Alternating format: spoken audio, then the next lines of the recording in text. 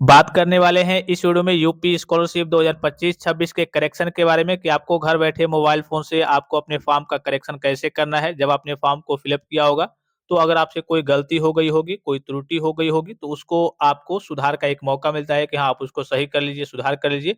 और आपके करेक्शन की ऑफिशियल डेट क्या है? 10 फरवरी से लेकर के 13 फरवरी तक आपका करेक्शन वगैरह होने वाला है। तो आपको कैसे लॉगिन करना है, करेक्शन का ऑप्शन आपको कहाँ पे देखने को मिलेगा और कैसे आपको करेक्शन करना है, लाइव तरीके से मैं आपको सारी चीज़ों को बताने वाला हूँ। तो चलिए शुरू से मैं आपको लॉगिन करके बता दे रहा हूँ। जो नए बच्चे हैं, उनको लॉगिन करना भी नहीं आता होगा, तो लॉगिन आपको कैसे करना है और करेक्शन का ऑप्शन आपको कहाँ पे देखने को मिलेगा, कैसे करेक्शन करना है और किन-किन चीज़ों का आपका करेक्शन वगैरह होने वाला है। तो चलिए मैं इस पेज को कट कर ले रहा हूँ और शुरू से मैं आपको सारी चीज़ें बता रहा हूँ। सबसे पहले आपको गूगल में जाकर के यूपी स्कॉलरशिप सर्च करना है। सबसे ऊपर आपको यूपी स्कॉलरशिप की ऑफिशियल वेबसाइट देखने को मिल जाएगी। इसी वाले ऑप्शन पे क्या करना है, आपको क्लिक करना है। अब जैसे यूपी स्कॉलरशिप की ऑफिशियल वेबसाइट पे आप विजिट करेंगे, आपके सामने कुछ इस प्रकार का इंटरफेस ओपन होकर के आएगा। यहाँ पे देखिए एक स्टूडेंट्स का ऑप्शन आपको देखने को मिलेगा।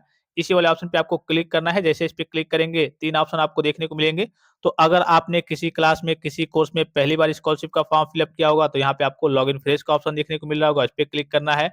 अगर आपने दूसरी बार या फिर तीसरी बार उसी फॉर्म को रिन्यूअल किया होगा, तो यहाँ पे लॉगिन रिन्यूअल का ऑप्शन आपको देखने को मिल रहा होगा, इसी वाले ऑप्शन पे आपको क्लिक करना है। जैसे इस पे क्लिक करेंगे तो उसके बाद से आपको 4 ऑप्शंस देखने को, पहले स्टूडेंट्स वाला ऑप्शन पे क्लिक करना है, फिर आपका फ्रेश या फिर रिन्यूअल जिस भी प्रकार से आपका फॉर्म होगा उस पे क्लिक करना है। उसके बाद से आपको 4 ऑप्शंस देखने को मिलेंगे। 4 ऑप्शंस में देखिए पहला ऑप्शन आपको देखने को मिल रहा होगा प्री मैट्रिक स्टूडेंट, यहाँ पे आपको देखने को मिल रहा होगा, ये कक्षा 9 और 10 के बच्चों के लिए होता है। दूसरा है पोस्ट मैट्रिक स्टूडेंट्स, ये कक्षा 11 और 12 के बच्चों के लिए है। तीसरा है post matric other than inter students, अगर आप 9, 10 और 11, 12 को छोड़ दीजिए, उससे ऊपर की कोई भी पढ़ाई करते हैं, कोई भी कोर्स करते हैं, जैसे यूजी, पीजी और डिप्लोमा के कोर्स हो गए, अर्थात ऐसे कह लीजिए BA, BSc, MA, MSc, BCom, MCom, DElEd, ITI, polytechnic, BTech, BEd, nursing, BCA, MCA, LLB, जितने भी कोर्स हो गए सबके लिए तीसरा ऑप्शन है। और चौथा ऑप्शन भी पोस्ट मैट्रिक के बच्चों के लिए है, लेकिन अदर स्टेट वाले बच्चों के लिए है। तो हम इस वीडियो में post matric other than inter के बच्चों का लॉगिन करके मैं आपको दिखा रहा हूँ। तो मैं तीसरे वाला ऑप्शन पे क्लिक कर दे रहा हूँ, ठीक है। और इन्हीं का जो करेक्शन का पोर्टल ओपन हुआ है वो यूजी, पीजी और डिप्लोमा के बच्चों के लिए ही कल के ओपन हुआ है। उन्हीं की ऑफिशियल डेट है 10 से लेकर के और 13 फरवरी के बीच में। अब देखिए यहाँ पे आपको क्या करना है, यहाँ पे आपको रजिस्ट्रेशन नंबर फिलअप करना है यहाँ पे, ठीक है। स्कॉलरशिप का रजिस्ट्रेशन नंबर, यहाँ पे ओटीआर नंबर, ये सब आपके फॉर्म पे होगा जो आपने प्रिंट आउट निकलवाया था।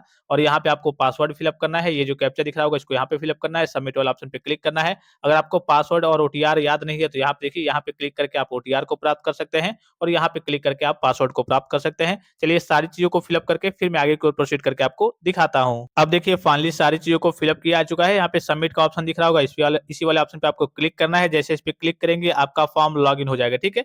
यहाँ पे आपको देखने को मिल रहा होगा उत्तर प्रदेश अन्य प्रदेश में अध्ययनरत छात्र-छात्राओं के लिए ऑनलाइन छात्रवृत्ति प्रबंध प्रणाली सत्र 2025-26 का फॉर्म है। रिन्यूअल अर्थात नवीनीकरण का फॉर्म है। आपका फ्रेश होगा तो फ्रेश देखने को मिल जाएगा। अब इसी में आपको देखिए इस साइड आपको देखना है, लेफ्ट साइड में आप कॉर्नर पे यहाँ पे देखिए 3 पैरेलल लाइन दिख रही होंगी, इसी पे आपको क्लिक करना है। जैसे इस पे क्लिक करेंगे ये सारे ऑप्शंस आपको देखने को मिल जाएँगे। एक ऑप्शन ये आपको देखने को मिल रहा होगा आय प्रमाणीकरण हेतु, तो ये तो आपका बहुत पहले से ही ऑप्शन मिला हुआ है। यहाँ से देखिए आपका पोर्टल करेक्शन का जो पोर्टल है वो कहाँ से ओपन होता है, एक नया जनरेट होगा इसी के नीचे या फिर यहीं पे इसी प्रकार से आपको देखने को मिल जाएगा कि अगर आपका नवीनीकरण होगा, आपका रिन्यूअल फॉर्म होगा तो नवीनीकरण आवेदन पत्र को संशोधित करें, ये वाला, ठीक है। अभी ये वाला ऑप्शन देखिए आपका ओपन नहीं दिखा रहा, अभी आपका ओपन नहीं हुआ है। जो फ्रेश वाले बच्चे होंगे उनमें केवल दिखाएगा कि आवेदन पत्र को संशोधित करें, यहीं पे ऑप्शन आएगा आपका आवेदन पत्र को संशोधित करें नाम से एक ऑप्शन आपको देखने को मिल जाएगा। अभी आपका यहाँ पे लिंक वगैरह एक्टिवेट नहीं हुआ है। और ये जो ऑप्शन दिख रहा होगा इसके नीचे अगर आप जाएँगे या फिर ये वाला आय प्रमाणीकरण हेतु, ये तो आपका बहुत पहले से ही कहिए कि आपका ओपन है, बहुत पहले से, लगभग 2 ढाई महीने से ऊपर हो गए हैं, आपको ऑप्शन मिला था।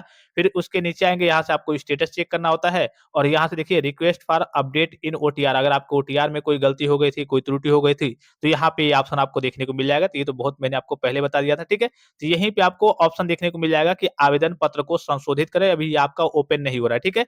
यहाँ से देखिए आय प्रमाणीकरण हेतु आपको दिख रहा होगा, इस पे क्लिक करेंगे तो यहाँ से भी आपको ऑप्शन देखने को मिल रहा होगा कि हाँ, आप अपने इनकम सर्टिफिकेट, कास्ट सर्टिफिकेट का वेरिफिकेशन वगैरह कर लीजिए। तो ये तो बहुत पहले मैंने आपको बता दिया था, ये आपका कहिए कि करेक्शन का पोर्टल नहीं है, ठीक है? क्या है भाई? ये आपका करेक्शन का पोर्टल नहीं है, ये बहुत पहले ही आपको मौका मिला था कि हाँ, आप यहाँ पे इनकम सर्टिफिकेट और कास्ट सर्टिफिकेट, जो मतलब जो बच्चे इनकम सर्टिफिकेट अपने नाम का लगा दिए थे, तो बताया गया था कि आपको अपने गार्डियन के नाम का लगाना है, ये वाला ऑप्शन है, ठीक है? तो इसमें आपको कुछ नहीं करना और क्या-क्या, किन-किन चीज़ों का सुधार करने का ऑप्शन मिलता है, पिछली बार की मैं बात आपको बता रहा हूँ, केवल आपके गत वर्ष के प्राप्तांक पूर्णांक, जैसे आपका प्रीवियस कहिए कि ईयर हो गया, उसमें आपने कितने में टोटल कितना नंबर पाया था, आपके कहिए कि पास थे या फिर फेल थे, ये सारे डिटेल्स और आपके एडमिशन के डेट, आपके फीस के डिटेल्स और कुछ तो आपको ऑप्शन मिला था और कुछ जो वेरिफिकेशन होते हैं, जैसे आपके अटेंडेंस का परसेंटेज हो गया और बेसिक जो डिटेल्स होते हैं, वो आपके कॉलेज से वेरिफिकेशन का कहिए कि कॉलेज से वेरिफिकेशन होता है, कॉलेज वालों को ऑप्शन मिलता है, ठीक है? तो ये दोनों जगहों से आपके स्तर से भी कुछ करेक्शन वगैरह होता है और कुछ करेक्शन का ऑप्शन आपके कहिए कि कॉलेज वालों को मिलता है। अब देखिए इस बार हो सकता है कि नए तरीके से